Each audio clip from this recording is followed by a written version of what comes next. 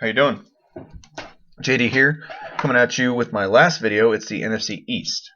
Okay, now this will be an extended video because my favorite team's in this division.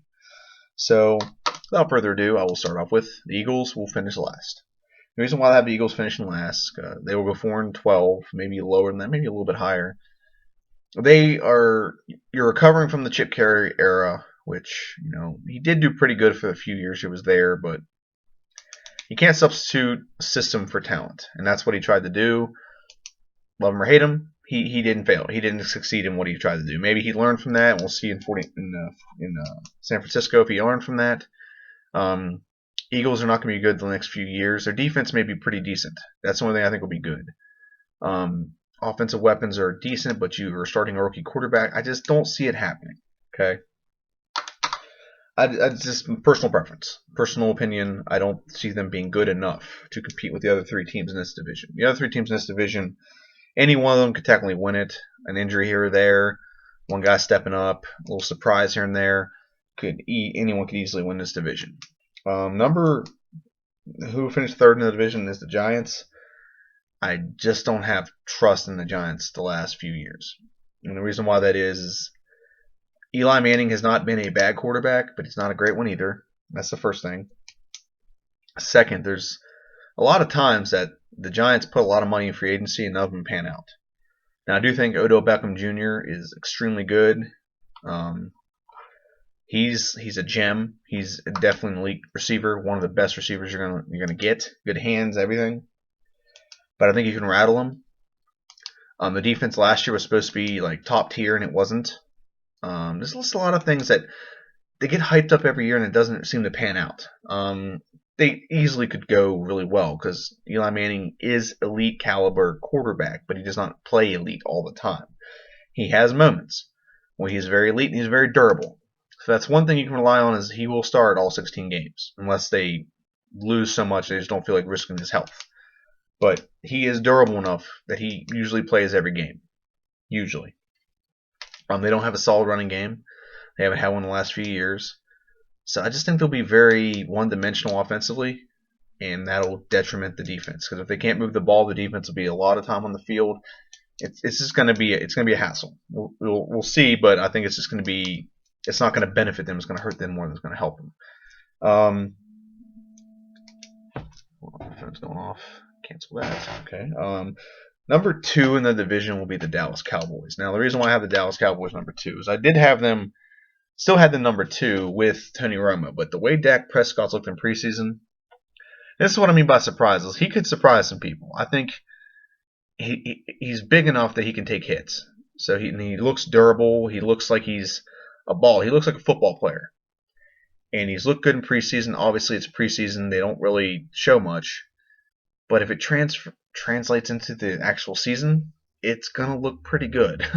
He's going to be pretty darn good right now. And he's behind the best offensive line in the NFL. He's got Ezekiel Elliott behind him. He's got Alfred Morris. He does have a lot of stuff around him that will make him be successful. Even if he's a mediocre rookie quarterback, he does have a lot of stuff around him to make him look very good. Now, the downside to the Dallas Cowboys is their defense. Their defense isn't very good, and they're starting rookie quarterback. That could go good either way. If someone figures out that offensive line and they're able to get at him, they could rattle him early, and it could be very detrimental to him and the team. But there's also the possibility that they could protect him and let him sit back and just sling the football around, and he could do that. It's possible. And their defense, if they're able to establish a run and they keep the defense off the field, it gives them a chance. It can make their defense one-dimensional, or have to play one-dimensional, which is, I think, is what they are. They have too many guys out on a suspension, so their defense will not be good for most of the year. So, but they could go as high as 9-7. And the Redskins, I have the Redskins winning the division. The reason why I have the Redskins win, there's a lot of reasons. First off, I think we have one of the best offenses in the NFL. We have more offensive weapons than anyone else in the NFL. Start off with running backs. Running back, if Matt Jones is healthy, we have Matt Jones. Again, I don't like Matt Jones at all. I think he's just too big. You can't get a running back set 6 feet tall. He gets hit in the legs too much. You hit your low extremities, you're gonna get injured. I thought we should have stuck with Alfred Morris. He may not have had breakaway speed, but dang it, can that guy run the football? And can he falls forward? Can you fall forward? You're getting that extra yard. He runs over people. He's durable. That was one of the huge benefits to Alfred Morris. He got 1,000 yards plus all the years he was with the Redskins. I think last year he didn't, but most years he was with the Redskins he did. Last year's because he was splitting carries. So I don't think we should have got rid of Alfred Morris. And for what Dallas paid him, we could have afforded it. Dallas gave him less than $3 million. We could have easily afforded $3 million to keep Alfred Morris. So a running back core is not going to be bad, but it's not going to be great either. That's not really our strong suit. Our strong suit is going to be Kirk Cousins. Again, I need to see one more year of him being good, but he showed in preseason that he can definitely sling the football around. Our offensive weapons, receiving wise, are just you can't keep track of them. I can't even keep track. I'm a fan. I follow the team, and I can't keep track of them. Let's go tight ends first. Jordan Reed is the second best tight end in the league.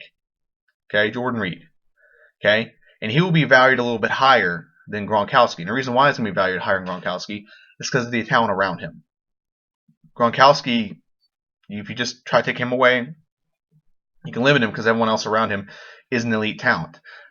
Jordan Reed has elite talent around him, or at least really good talent around him. So Jordan Reed, you have Vernon Davis, who, yeah, he's had some bad years, but he's made some pretty good catches in preseason. And if he is decent, that is a killer 1-2 punch tight end combo with Jordan Reed, and then you have freaking Davis. Okay, Vernon Davis. Did I say Vernon? Make sure I'm Vernon Davis. Yeah. So really good tight end combo, and you add in Niles Paul. That's another good tight end combo. 3 good tight ends right there. I would take that to the bank. That's probably the best tight end core in the league right now. That's a very good tight end core. Now let's look at our receiving core. You have Pierre Garçon, good possession receiver, tough. You go over the middle, he will catch it. Now they had some drops in preseason. Hopefully that gets fixed. It's preseason.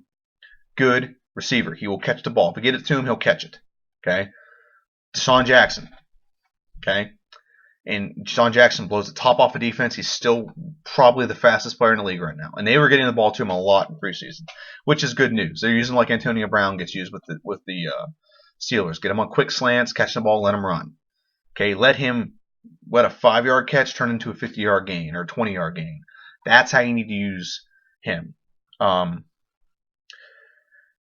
They drafted Josh Doxson.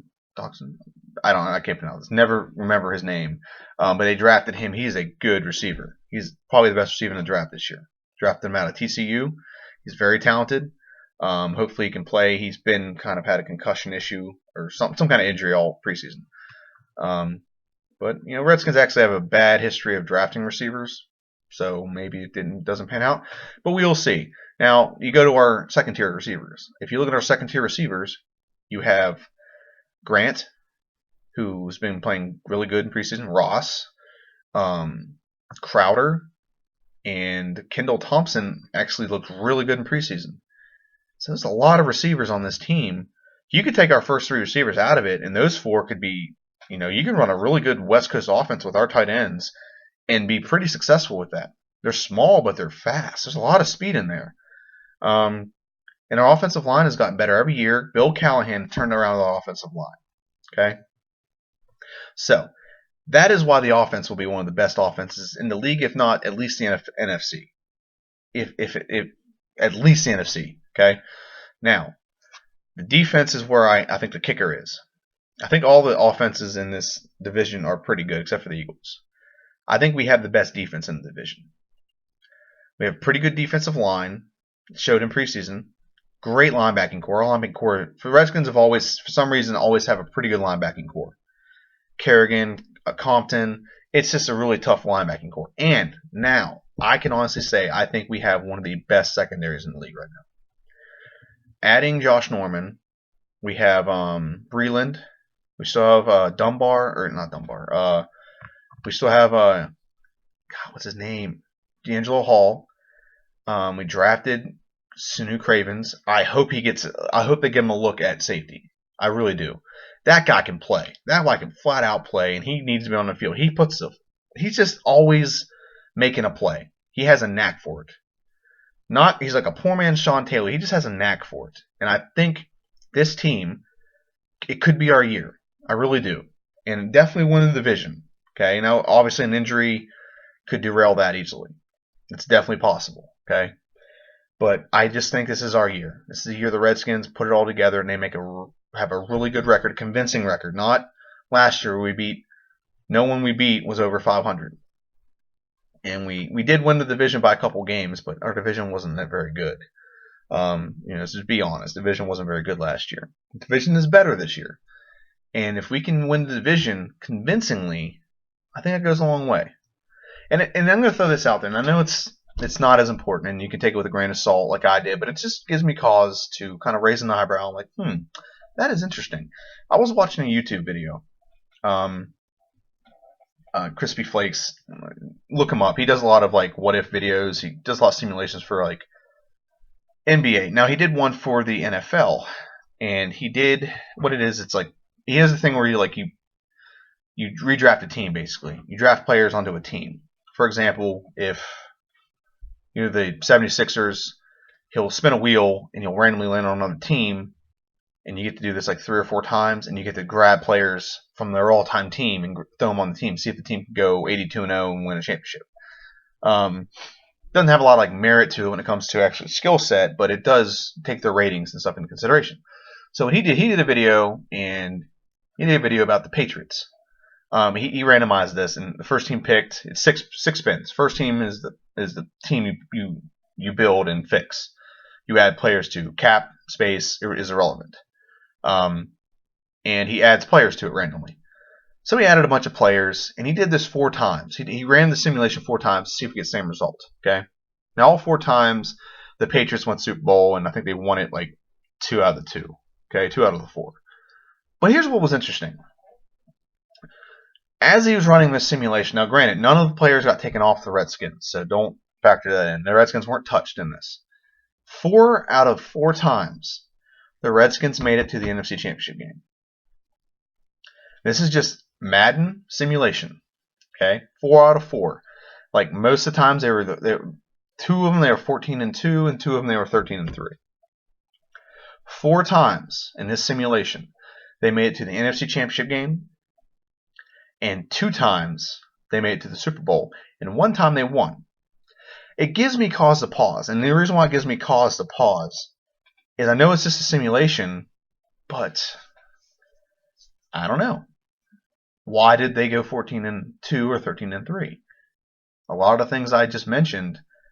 If you think if they, I know you can what if forever, but best case scenario, all the things I just added up, adding Josh Norman, an elite secondary, good linebacking core, Bill Callahan making the offensive line better, great receivers, all around great receivers, best receiving core in the league. I can honestly say that. Kirk Cousins, if he comes off like what he did half of last season, and then you have some semblance of a running game, all that added up, what is it? What can that equal? If you look at the history of the NFL, use that equals to a deep run in the playoffs. Maybe not Super Bowl. I'm not going to jump that far, but it usually equals that. Now again, that's a simulation. It's just Madden. Take it with a grain of salt. But it just gives me a little bit of cause to pause. It was exciting to see that. I'm like, that is very interesting that 4 times. 4 times the Redskins fell into the NFC Championship game. And then 2 times they won Super Bowl. And 1 time they won, 1 time they lost. It's very encouraging. I mean, like I said, I'm not putting any stock into it. I'm not betting my money that that's the outcome of the season. I just think it's interesting that of all the other simulations and all the other teams, that outcome happened 4 times. And I'm curious as to why.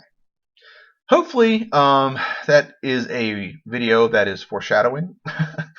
That would be very exciting to get to the NFC Championship game. I really wish it's the one where they get to the Super Bowl and then beat the Patriots by like 30. They beat the Patriots by 21 points. in one of those. So that is very interesting to see. It, like I said, grain of salt. It just gives me cause to pause. But I am very excited for the football season. This is my last prediction video. I don't think I'm going to do a prediction for the playoffs. I'll just go and do that right now. Takes 2 seconds. Obviously all division winners. So that would be with the NFC, Redskins, Carolina, Green Bay, and the Carolina or Cardinals. Now, like I said, I don't remember if it's 3 or 2 this year. They're going to switch to 2 or 3 wildcard teams. So let's go with the 3 for now. If I'm wrong, I'll change it. Whatever. So 3 wildcard teams would be Seahawks for sure, possibly the Vikings, Dallas, or the Giants. Those are my 7, not 8, 7. Those are my 7 wild card or playoffs. I think the Redskins will have, or the Cardinals will have the number 1 seed. No, I'm sorry, Green Bay will have the number 1 seed, and I really think the NFC Championship game is going to be Green Bay versus the Redskins. Or God dang it, this is tough. I'm going to say Redskins versus Carolina or Cardinals. Okay, now the AFC divisional winners: Patriots, South Jacksonville, North, which is Bengals, and NFC West, which is Kansas City. Okay, so there's 4 wildcard teams: Oakland, Ravens. No one from I don't think anyone from the AFC East will do it. Houston. Let's go that route. Okay, Houston. And in the AFC Championship game, I think will be the New England Patriots versus the Chiefs. Now, my ultimate Super Bowl would be the Redskins versus the Chiefs. Redskins win, but I think it'd be Patriots Redskins. If I had to put money on it, it'd be Carolina. It'd be the Cardinals Redskins. I'm sorry, Cardinals Redskins. So that's it. That's pretty much it. I'm not going to go into detail on that. It's a prediction. It's skeptical at best. So I appreciate you watching this video. Hopefully you agree with me. I think the Redskins are going to have a great season. I'll be cheering them all year. Hell to the Redskins. But I'm also excited for fantasy football. I'll watch probably any game on TV. I watched a lot of college football this weekend. It was very exciting to watch. So that's all I have. Follow me on Geek Nerd Fan Man on Twitter, and you can get all my videos. I really would like to get a bunch of, I'm looking for ideas. So I would like a bunch of people sending me questions, legit questions, not like, don't be a douchebag. Legit questions. I'll answer them. I'll mention you, give you a shout out, and I'll add more stuff as I see fit throughout the year. Okay. Any controversial issues, I'll probably add something. Colin Kaepernick thing, I might do something on that, but he's just being an idiot. I appreciate your message, what you're trying to do. Don't do it in the middle of a football game. Okay. I can't go to my job and speak on my thoughts openly. I could lose my job. Okay. Just like you can. Okay. And has nothing to do with race. It has to do with the medium in which you're doing it. Okay. See ya.